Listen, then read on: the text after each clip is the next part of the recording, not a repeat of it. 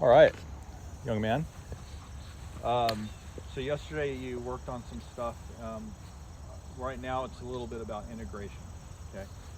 And it's one thing to have a pretty good understanding of mechanics.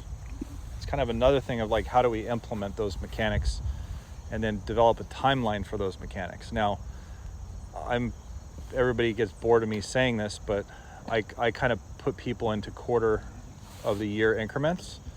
And within that quarter, you start to see develop change. So your mindset doesn't go to, I don't get it tomorrow. I don't get it this week. I have a tournament in 3 days. I need to play good. Just give me something. Like, that's a very unsubstantial way of looking at things. And to me, it kind of breeds lack of preparedness. Okay. So if you and I were fighters, I'd be studying what you did, so I was prepared to know who I'm facing. And by the way, we're not going to get into a fight, so don't worry. I'd be scared, to be fair. But I think this is a good opportunity to kind of reissue how you're going to start your practice out, because we already know what your issues are, right? You know what they are, but I don't want you to hit the first 5 balls trying to figure it out. Okay, I want you to kind of hop right in, knowing what your issues are, and then do it properly. So we kind of already went through a little protocol, and we're going to remove the club on the first one. So I'll take the club from you, and then you're just going to take your address. And when we take the address, we already have your lead arm right here, right? Take this arm, put it behind you. So now we're only focusing solely on elbow to shoulder, which is your lead humerus. Okay. Now we have to get the lead humerus to somewhat swing. Okay. We don't want to manually do anything with it. We really don't want to do anything with the wrist. We're just focusing on that humerus, because you know that your lead arm tends to go inside too quickly on the backswing, mainly due to what you did in your pivot. So kind of just start swinging, right? And just remember the gait of movement that you had, right? And that's going to create a tempo effect, if you want to call it that. And then how are you going to create the windup from there? Good. Now you can already see, that was actually really good, right? That your arm is a lot straighter back, and this is starting to move this way. So this scapula is starting to stretch. Okay, that's good. Let's do that again.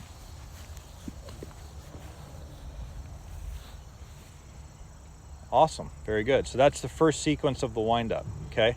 Now, if we do that again, let's do it one more time. And then we're gonna take that all the way up to the top with your windup. There you go. You feel that? Mm-hmm. So now that left arm, because look, you're a strong guy. So you don't want, if with your build, okay, you're good there. With your build, you don't want this thing to go like this. Because as soon as you do, that's why your club looks like it gets real narrow here at the top. So the solution isn't necessarily to put like a wrist tool or anything like that, or a training aid to fix that. There's a reason for that occurring, and you want to kind of get to the root cause. So it's kind of how you were winding up and how you're sequencing off the ball, okay? Part 2, this one you can do with the club. So just right hand only. Left arm under? Yep. Soft right arm.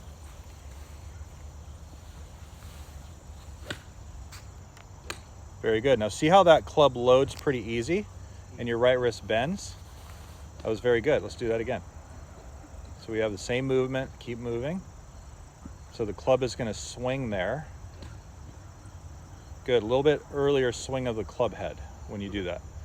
Don't pull the handle up. There you go. See how that loaded? Awesome. Now the trail elbow, let me move this way. Hey, Scotty. It's like we're on England time, Scotty. How are you? Okay. All right. Take your setup. Okay, soft right arm. Now we're going to watch when we do this, how this trail arm, when this thing swings and this loads, how this elbow, does it orbit behind you too quickly? Or does it stay more here? Okay, we want kind of a blend of both. To you, it'll feel actually more in front. Soften the right arm. Good. So see how it's like extended? You want to let that somewhat pull.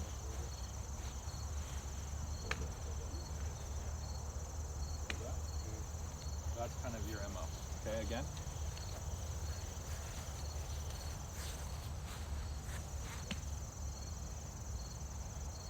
Very good. That's way better rotation with your rib cage. Okay, so this is what we're gonna do. Okay, so that's your deal. Now, being as such that it's day 2, I'm gonna let you hit a couple balls. We're gonna talk about how to move from there through the transition. And if we sequence this better, you'll actually do it. Okay, and we're gonna do this again in a second. So let's go ahead and hit a ball.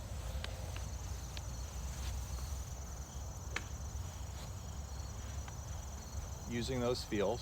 And it's kind of a global thing. It's not a specific.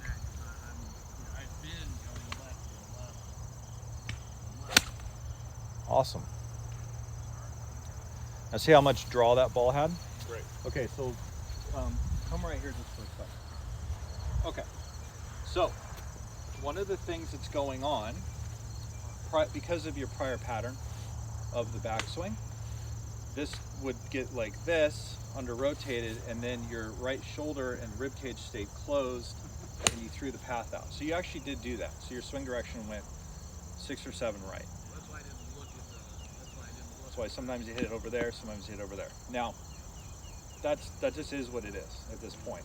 So while you're training this, and that was a better backswing, wasn't it? Yeah, it was. Quite good. So what'll happen over time, if you do the right thing, if there's a ball sitting here, you come out of the box, don't just camp over it, come over here, and then this is kind of like your safe space. You can run those 2 feels again, just so you can kind of get that acclimated. Now, another way to, and I'm gonna be fair here, another way to do that is have a camera running with like mirror vision, where you can see it, because it kind of takes your attention off hitting the ball. Right. That would be probably a good strategy as well. But I kind of like this from a playing perspective as well, because when you're playing golf, you're going to start back here anyway. Okay, so we get in here and we do what you're doing. Now we're going to add forces and torques to it, essentially. So without thinking, this is the important part, without thinking of this or any of that kind of stuff, that doesn't really matter, okay? Like, I don't care if it's a little steep, if you're rotating and separating properly. I want you to feel from this position, you rotate open and see what the shaft does. Okay. Cool? Yep. Okay. Stand behind it. Yep. It feels right to me, but I guess I'm at the point where I know it has to feel right. Well, that's way better. For it to end up at the target. Good. Yes, absolutely. Now, what'll make it easier is if you go to one hand, if you do your right hand, you're going to feel what happens through the trail shoulder, the trail forearm, and the trail wrist. Do that again. Soften. There you go. And what's the feel going to be? There you go. Feel that? Mm-hmm. Keep opening. Now see how you got open anyway? Right. Good. So you don't really have any rotational issues. Okay, you had a kind of you had a organization at the top issue a little bit. Okay, so you have that feel, right? Yep. All right, so let's do that again. Let's hit a ball.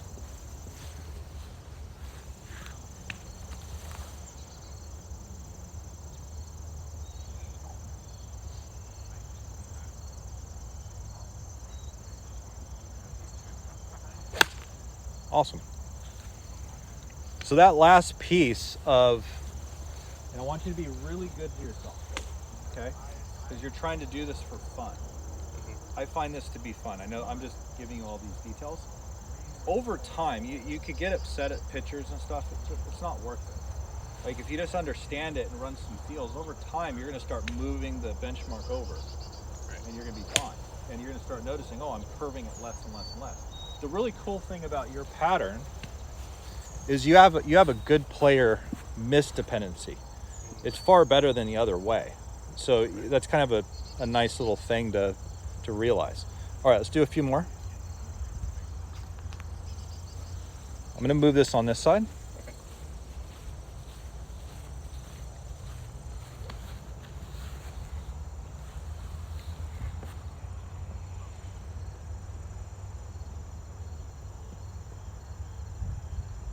Awesome. Look at that. Wow. Okay. That was quick.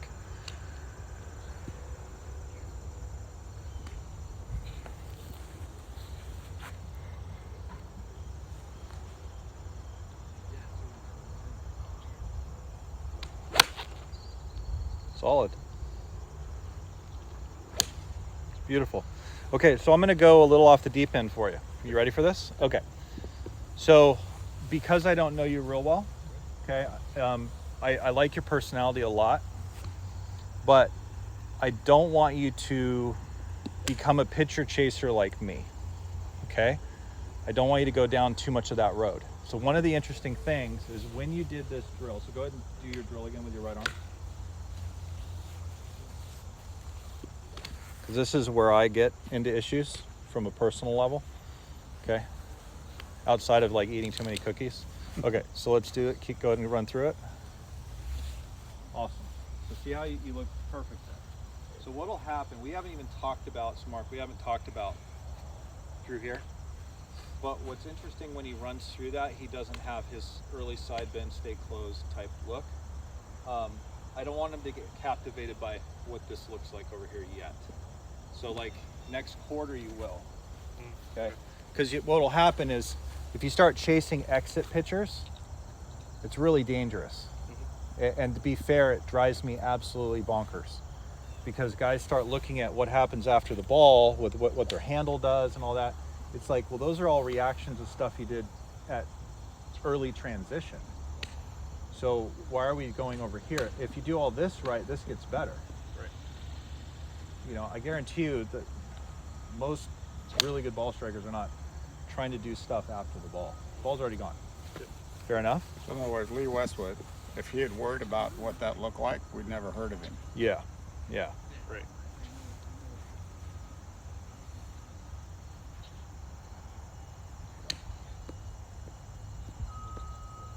Well, look how good that looks. Mm-hmm. That right wrist will unload. Okay, so he's feeling this, but because when he's pushing back, that'll let out.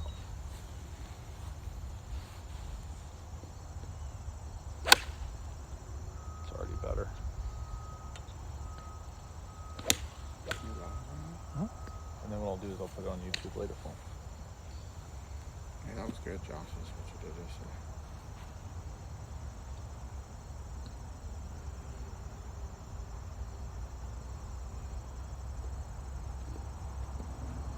Oh, I like that. There we go.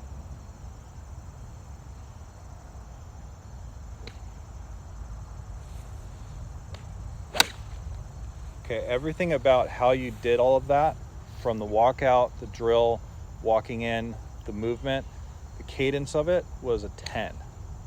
That's how you, like the total behavior on how you did that is how you should be. That looks like a golfer. Okay, I don't want you to stand here with a 7-iron and like try to look at your wrist angles and all that. Like it doesn't matter, right? So and this is something that I don't know if you heard this or not in the discussion. I think it was yesterday. Like we're talking about like wrist extension and wrist angles, right? Now, Berkshire has his left wrist extended on the downswing, but he gets it out and lines it up and hits draws. Bryson has the shaft stood up at 5. He hits draws. So it's like, but what they do real well is they understand how to put force into that grip so it lines up. So I just find it to be somewhat dangerous is if you start getting here and going 2, 3. It's dangerous, to be fair, it's dangerous looking at my Instagram swings because people think one thing and in reality it's something different. That's what's dangerous. Okay, so keep going.